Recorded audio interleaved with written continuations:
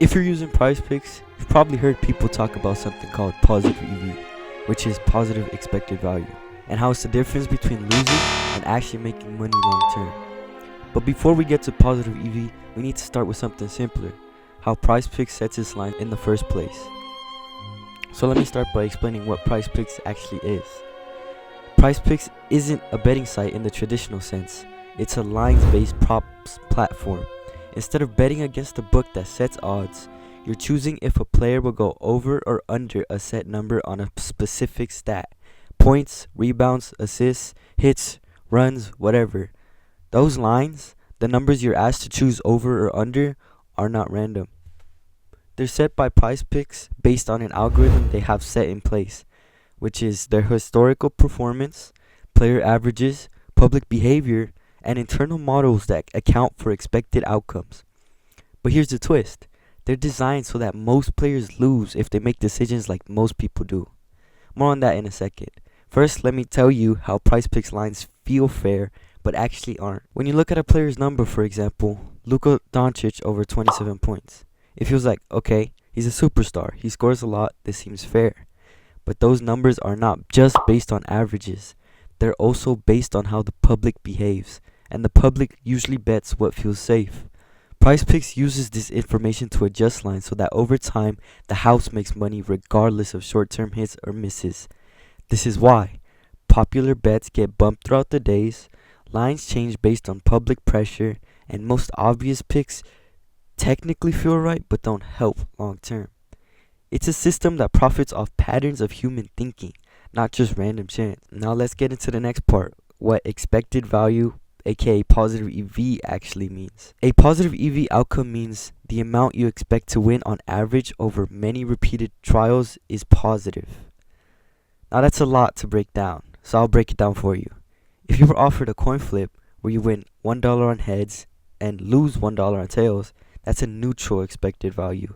You expect to win $0 over time. But if you were offered a coin flip where you win $2 on heads and lose $1 on tails, that's positive expected value because in the long run you expect to win. Positive EV doesn't mean every bet wins.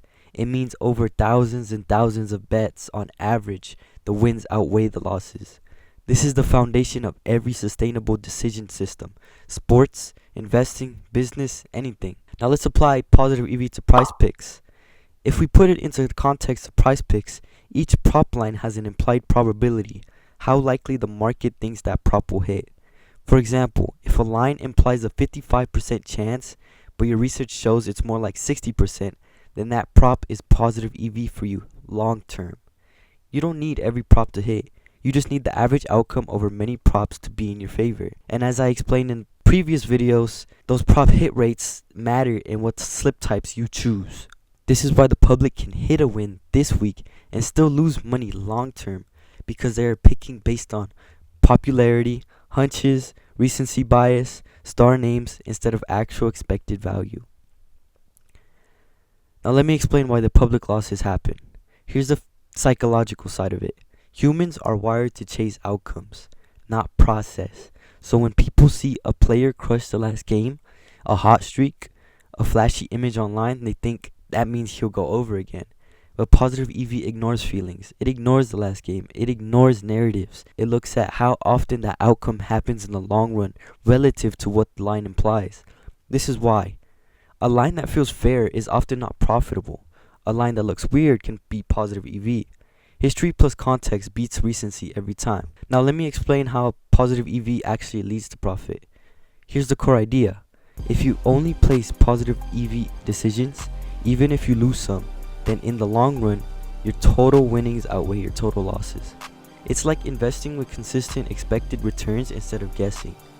But this only works if you track your decisions, you look at process over outcome, you don't judge based on a single result, because positive EV is a statistical edge, not a sure thing.